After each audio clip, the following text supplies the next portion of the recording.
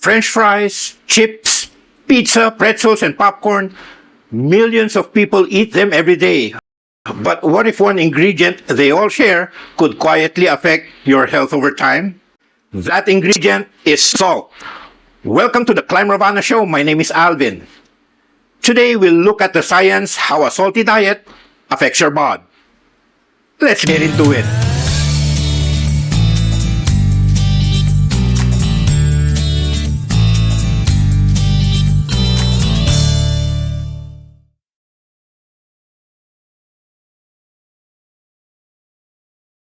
So, what does a salty diet actually do to your physical appearance?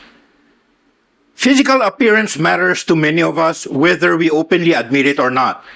But what if one everyday ingredient could subtly change the way you look? A diet that consistently high in salt doesn't just affect your health, it also affects your appearance. According to Nature Reviews Nephrology and the American Heart Association, consuming too much salt causes the body to retain more water to maintain the proper balance of fluids. As this excess fluid builds up, it can collect in different parts of the body, leading to a puffy face, more noticeable under eye bags, facial bloating, swelling hands and fingers, abdominal bloating, and temporary increase in body weight due to water retention rather than body fat. These changes can become more noticeable in people who regularly consume a high salt diet over time.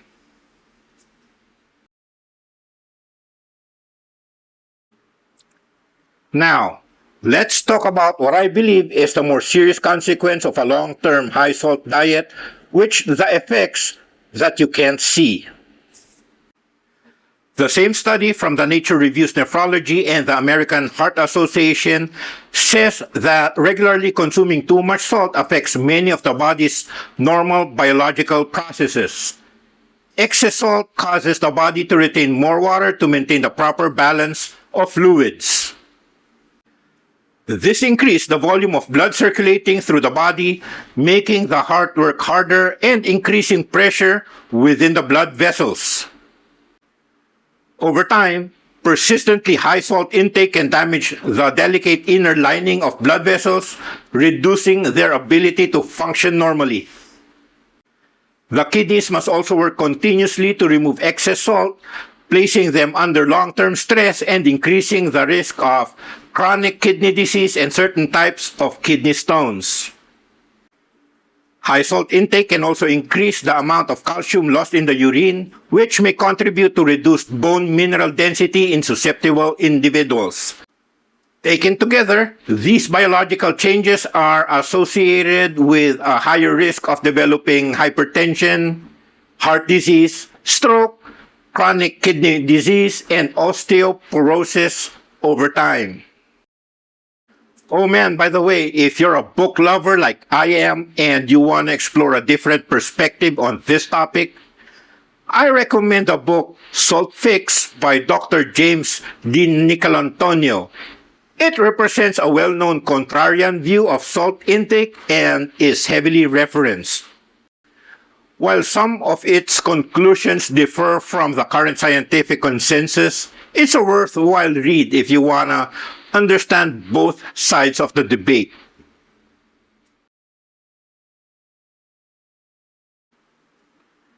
For decades, scientists believed that the main dangers of eating too much salt were high blood pressure, heart disease, stroke, and kidney disease. Those risks are well established, but newer research suggests the story may not end there.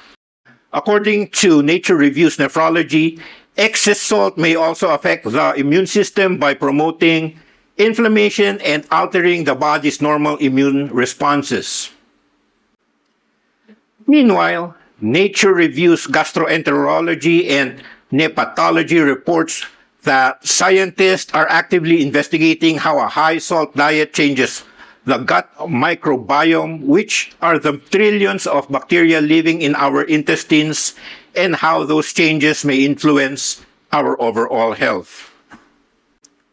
And because of these discoveries, Researchers are now studying whether long-term excess salt intake may contribute to conditions such as osteoarthritis, rheumatoid arthritis, dementia, type 2 diabetes, fatty liver diseases, and other immune-related disorders. Although none of these studies are conclusive, they are, however, very promising. Well, one thing is certain. The science of salt is still evolving, and future discoveries may reveal that its effects on our health are even broader than we currently believe. So, should we eliminate salt from our diet? The simple answer is no. Completely eliminating salt is neither practical nor healthy. Table salt is about 40% sodium by weight, and sodium is an essential mineral that the body needs to survive.